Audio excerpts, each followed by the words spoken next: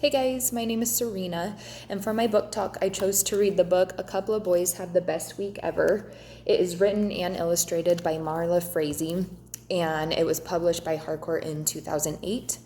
This book did win the Caldecott Medal in 2009. So this children's literature book was an easy read, but what I loved about it was the meaning behind the story. So basically, there are two boys that are taking a week-long trip to stay. The boys' names are James and Eamon's, and they are taking a week-long trip to go stay with Eamon's grandparents who live at the beach. So the whole purpose behind this trip is it's supposed to be a nature. They're supposed to be learning about nature. The grandpa was taking it upon himself to teach the boys about the wilderness, like all the different trees and the animals that they can find. But the boys ended up getting a little distracted along the way, and they realized they had more fun back at the house because the grandma was making them really yummy food, and they were watching, fun shows and building forts together and that kind of stuff. So the grandpa was trying to find ways to keep them more on track, and he tried to do a lesson at the house about Antarctica. And at the time, the boys weren't super interested in it. But then towards the end of the book, the boys decided to go sit out on the dock one night. All the stars were out, it was dark, and they realized that they could do something with that, and they started recreating their own Antarctica, and they use sticks and rocks to recreate their own version of what their grandpa had taught them. So, with that being said, I'm going to read 2 pages out of the book. It says, in the morning, James and Eamon couldn't wait to show Bill and Pam what they had made. It's Antarctica. The white rocks are big icebergs, and the brown rocks are whales. And this big stick is a big stick. Oh, and that penguin there is Jamin, and he hopes he can be a nature camper again soon.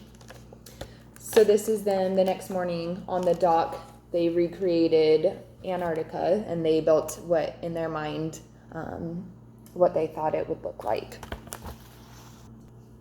So an author's craft that relates to the story could be to have the writers describe how James and Eamon's relationship changed from the beginning of the story to the end. At the beginning, James was really nervous to leave his family. It was Eamon's grandparents that they were staying at, and James had never left his family before, so he was really nervous. But towards the end of the book, the boys really connected on a deeper level. Their friendship grew, and then they realized together all of the fun things that they had learned and put all of their thoughts together and then created the Antarctica on the dock. And then after reading this story, I thought a fun connection to visualizing would be to ask the students to visualize their best weekend that they've ever had. So ask them to really think about what made that particular weekend or trip or whatever it may be, what made it so special. So you can have them include like who was with them, what did they do, where were they at, all that kind of thing. And then have the students draw a picture of what they see in their mind that resembles that weekend. And then once the students are finished, they can share their experiences with their group members, and they can all just kind of discuss their most memorable time away that they've ever had. And then a connection for the writing strategy, it was on page 45 in our book. It was the make your picture look like the picture in your mind. So in this strategy, the writer would close their eyes and they try to picture what they're writing about. So in this case, I thought we could kind of feed off of the author's craft. So when they're visualizing their best weekend away or their favorite trip, have them really think about all the details in that. And then when they open their eyes, try to put the details of what's in their mind onto their paper. And then when they've added all that they can, have them close their eyes one more time and think about anything else that they may be missing that can add greater detail to their story.